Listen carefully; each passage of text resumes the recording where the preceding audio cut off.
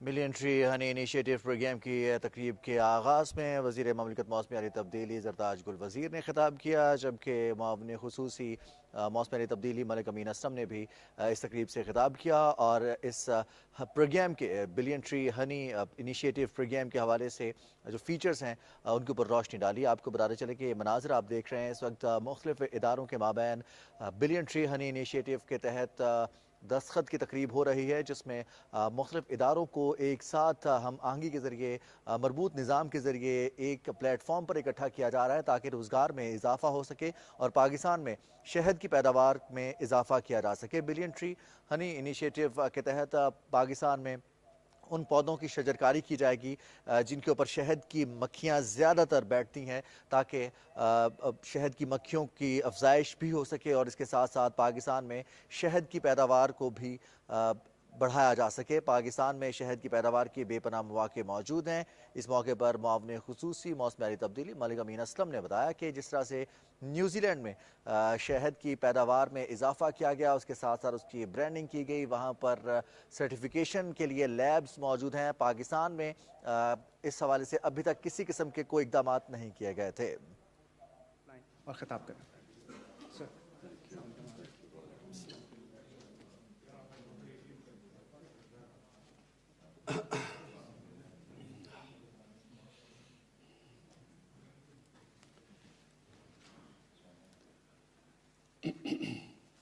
بسم اللہ الرحمن الرحیم۔ ایاک نعبد و ایاک نستعین۔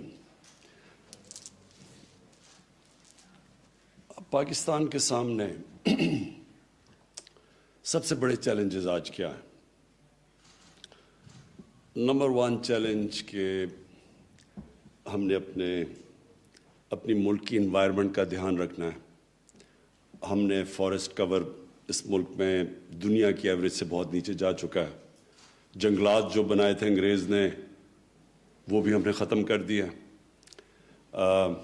ہم نے اپنے دریاؤں کو پلوٹ کر دیا، پانی کے اندر وہ چیزیں ڈالی ہیں جس کی وجہ سے نیچے جیسے جیسے انڈس نیچے جاتا ہے جو دریائے سندھ، تو جو نیچے پانی ہے زمین کے نیچے وہ پلوٹ ہوتا جا رہا ہے۔ ایک سپریم کورٹ کی فیصلہ ہے، اس میں سپریم کورٹ نے کہا کہ کس طرح جو گراؤنڈ واٹر ہے سندھ کے اندر وہ 70% پلوٹڈ ہے۔ پھر ہم نے اپنی جو ہوا ہے اس کو پلوٹ کر دیا، اپنے ایٹماسفیئر کو۔ لاہور کے اندر جو پولوشن ہے اب وہ، اور خاص طور پہ سردیوں میں، تو وہ جو ڈینجر لیول سے بھی اوپر چلی جاتی ہے پولوشن۔ اس کا مطلب کہ بچوں کے اوپر، بوڑھوں کے اوپر اس کا بہت برا ان کی صحت کے اوپر اثر آتا ہے۔ اور اس کی وجہ یہ ہے کہ ان پلانڈ سٹی ہے۔ ہم نے اپنے کوئی پچھلے 20 سال میں 70% جو کور تھا، جو فارسٹ کور تھا، جو درخت لگے ہوئے تھے وہ ختم کر دیا اور کانکریٹ بنا دی وہاں۔ پھر ہم نے پرواہ نہیں کی کہ جو چیزیں پلوٹ کرتی ہیں ایٹماسفیئر کو، مثلا یہ جو بھٹے ہیں اینٹوں کے، اس کے لیے کوئی آلٹرنیٹو نہیں سوچا۔ اور جو آگے ہمارے لیے چیلنجز آ رہے ہیں وہ یہ کہ پاکستان نمبر 5 پہ ہے وہ ملک جو کہ کلائمیٹ چینج سے سب سے زیادہ متاثر ہوگا۔ تو اس لیے ایک گورنمنٹ جو کہ اپنی انسانوں کا سوچتی ہے اور اگلی الیکشن کا نہیں سوچتی، اس گورنمنٹ کے لیے امپورٹنٹ ہے کہ سب سے پہلے آج سے ہم پلاننگ کریں کہ ہم اپنی آنے والی جنریشنز کے لیے کس طرح ایک بہتر پاکستان چھوڑ کے جائیں گے۔ ایک وہ پاکستان جس طرح میں جب بڑا ہوا تھا تو پاکستان کی ماحولیت بالکل فرق تھی۔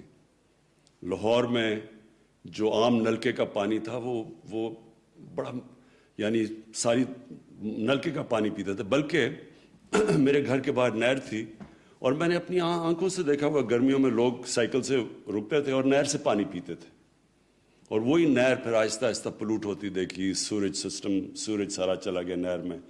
دریا راوی ہمیں یاد ہے، بوٹنگ کرتے تھے، چھوٹے ہوتے تھے تو اسپیشل ٹریٹ ہوتی تھی کہ وہ 12 دری میں وہ کشتی میں جائیں، وہی دریائے راوی ایک سیوریج ڈمپ بن چکا ہے۔ تو یہ جو ہم نے اپنی جو بھی آیا اس نے 5 سال کا سوچا اپنی الیکشن کا, کسی نے آگے نہیں سوچا کہ آگے ہم کس طرح کا پاکستان چھوڑ کے جائیں گے. تو ہماری گورنمنٹ کے اوپر یہ سب سے, میرے خیال میں میرے پہ, میری گورنمنٹ پہ سب سے بڑی ذمہ داری یہ ہے کہ ہم یہ اپنے ملک کو, اس کے اندر جو یہ انوائرمنٹل ڈیگریڈیشن آئی ہے, اس کو ہم ٹھیک کریں اور اس ملک کو, اپنی قوم کو اس راستے پہ لگائیں کہ ہم یہ سب کچھ پھر واپس اپنی انوائرمنٹ کو, اپنے فارسٹ کور بھی امپروو کریں, اپنے درائے بھی صاف کریں, اپنی جو ایئر پولوشن ہے اس کو بھی ٹھیک کریں.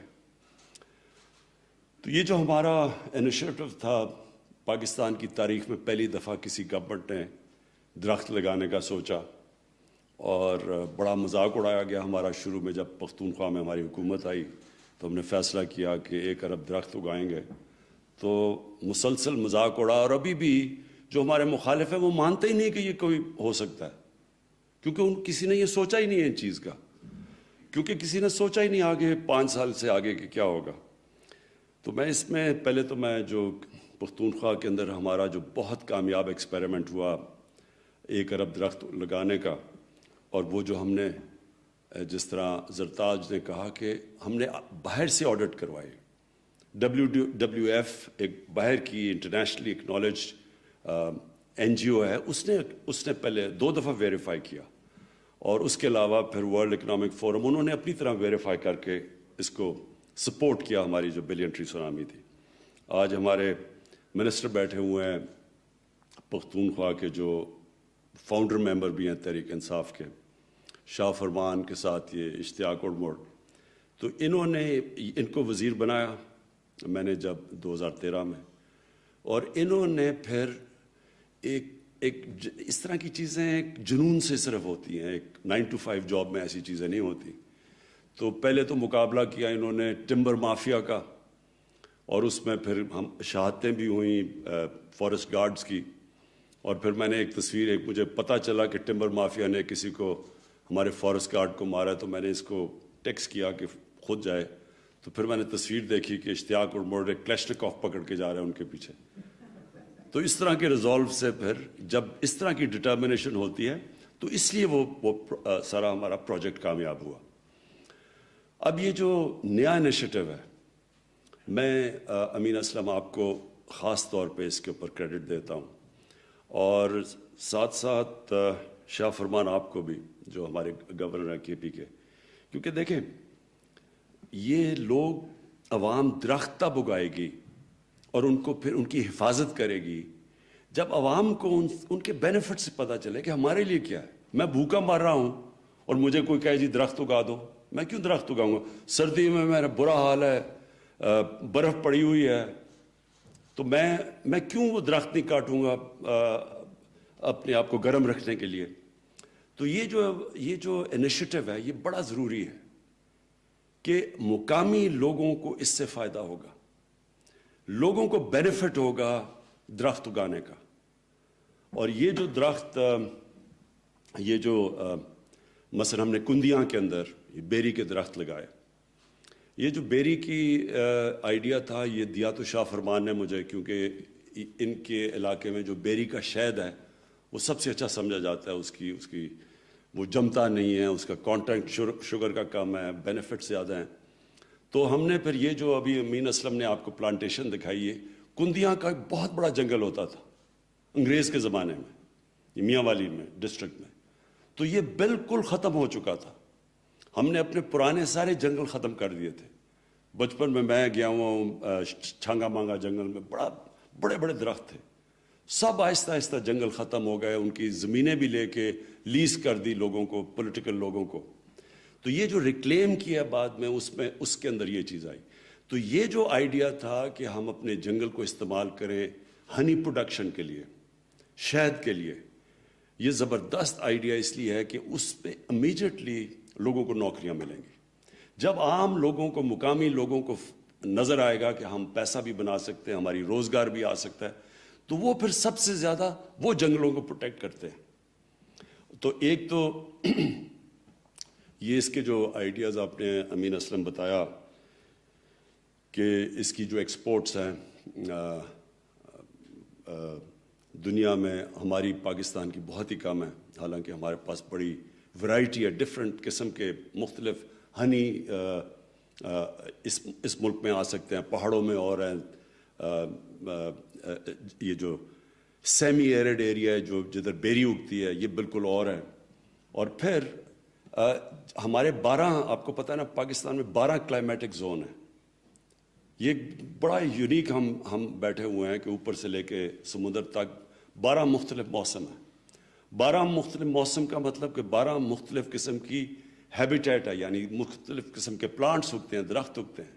ہمارے بڑی ورائٹی ہے اس ملک میں، تو اس لیے شاید بھی ہم مختلف ورائٹی کے بنا سکتے ہیں. اور یہ جو انیشیٹو آپ نے لیا ہے یہ اس لیے زبردست ہے کہ اس میں گورنمنٹ اب مدد کرے گی. کیسے مدد کرے گی؟ اگر ہم کبھی بھی ایکسپورٹ نہیں کر سکتے جب تک کوالٹی کنٹرول نہ ہو. ایکسپورٹ صرف ہوتی کوالٹی کنٹرول پہ ہے.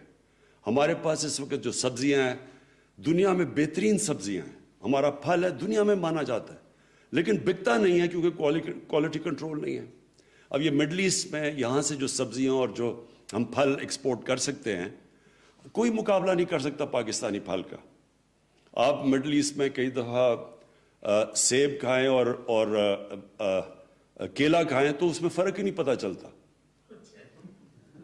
پاکستان کے اندر اتنا ٹیسٹ ہے ہمارے سارے، کیونکہ ہمارا اللہ کا شکر ہے موسم ایسا ہے، لیکن ہم ایکسپورٹ نہیں کر سکتے کیونکہ کوالٹی نہیں ہے. اس لیے اس میں پوری گورنمنٹ کو مدد کرنی پڑے گی، ministry of science and technology, کہ وہ کوالٹی کنٹرول میں مدد کرے. جیسے ہی کوالٹی کنٹرول آئے گی امیجیٹلی ایکسپورٹ کے لیے ہمارے پاس ہر قسم کا، شاید ہی نہیں صرف ہر پروڈکٹ ایکسپورٹ کے لیے ہمارے پاس ہو جائے گا. اور یہ ہمارا دوسرا بڑا ایشو ہے. ایک یہ ہے کہ ہم نے اپنی انوائرمنٹ کو بچانا ہے، دوسرا اس ملک میں ایکسپورٹس بڑھانی ہے، کیونکہ جب تک ہم اپنی ایکسپورٹس نہیں بڑھائیں گے پاکستان ایک امیر ملک نہیں بن سکتا. اگر ہم باہر سے زیادہ چیزیں امپورٹ کریں گے اور ایکسپورٹ کم کریں گے کبھی بھی ملک کی دولت نہیں بنے گی، ویلتھ کریشن نہیں ہوگی ملک میں. تو ہم ہمیشہ پھنسے رہیں گے. یہ جو ہمارا مشکل پڑ جاتی ہے کرنٹ اکاؤنٹ کے اوپر کہ ڈیفیسٹ میں چلا جاتا ہے، پھر قرضے لینے پڑتے ہیں. اس لیے یہ دوسرا اس کا مقصد ہوگا کہ یہ جو بھی چیز پاکستان میں جو بھی چیز جس سے ایکسپورٹس بڑھتی ہیں اس سے ملک کو فائدہ ہے. تو ایک انوائرمنٹلی، پھر اس سے ایکسپورٹس کا فائدہ ہے، اور پھر تیسری چیز ہمارا ملک میں ایک ینگ پاپولیشن ہے، دنیا میں سیکنڈ ینگسٹ پاپولیشن ہے. تو لوگوں کو روزگار چاہیے، یوتھ کو روزگار چاہیے. تو یہ تیسری چیز بھی پوری کرتا ہے کہ ان علاقوں میں جن علاقوں میں ہم شاید کہ انشاءاللہ یہ کریں گے ہارویسٹ بیری کے، اور یہ علاقے یہاں بڑی غربت ہے، یہ علاقے پیچھے رہ گئے ہیں. یہ میں نے دیکھے ہوئے ہیں جدھر ابھی کندیام جیسے بھی وہاں بڑا ایک ریگستان، کم بارش کم ہوتی ہے. تو ان علاقوں کے اندر نوجوانوں کو نوکریاں ملیں گی. اور یہ تیسری چیز ہے کہ ہم ملک میں روزگار اپنا بڑھائیں گے. تو ہر طرح یہ ایک پروجیکٹ ہے جس کے لیے جو ہر طرح ہمارے ملک کی مدد ہوگی. میں یہاں ایڈ بھی کر دوں کہ ہمیں اپنی درخت اگانے میں 2 اور چیزوں کے اوپر زور ڈالنا چاہیے، اور ایک کا اس کا بھی شاہ فرمان بات کرتا ہے، اولیوز کا. اس وقت ہمیں مشکل کیا ہے کہ ہم جو ایڈیبل آئل ہے وہ امپورٹ کرتے ہیں. جب ہم امپورٹ کرتے ہیں تو وہ سارا پریشر پڑتا ہے ہمارے کرنٹ اکاؤنٹ کے اوپر. ہم اس وقت پتہ نہیں 3 ارب ڈالر کی ہم امپورٹ کرتے ہیں جو ایڈیبل آئل ہے، جو گھی ہے. اب مشکل یہ ہوتی ہے کہ جیسے ہی روپے نیچے جاتا ہے تو جو بھی امپورٹ ہوتی ہے وہ مہنگی ہو جاتی ہے. تو اس لیے ہمارا اس وقت جو گھی ہے وہ مہنگا ہو گیا اور وہ عام آدمی استعمال کرتا ہے. تو اگر ہمارے یہ جو بلین ٹری کے اندر 10 بلین ٹری کے اندر ہم پورا زور لگا دیں اولیو کی پلانٹیشن کے اوپر، میں آپ کو یقین دلاتا ہوں کہ ہمارا یہ مسئلہ ہی حل ہو جائے گا. بلکہ پاکستان ایکسپورٹ کرے گا، ہم اولیو آئل ایکسپورٹ کر سکتے ہیں. ہم نے ایک ایکسپرٹ بلایا اولیوز کے اوپر، کینیڈا میں ایک پاکستانی ہیں جو ادھر رہتے ہیں. تو انہوں نے مجھے بتایا کہ جو دریائے سندھ کی جو رائٹ سائڈ ہے، یہ جو سارا سلیمان رینج ہے، یہ بہترین علاقہ ہے اولیوز کے لیے. میں نے تو بلکہ اپنے گھر میں اولیوز لگائے ہیں اور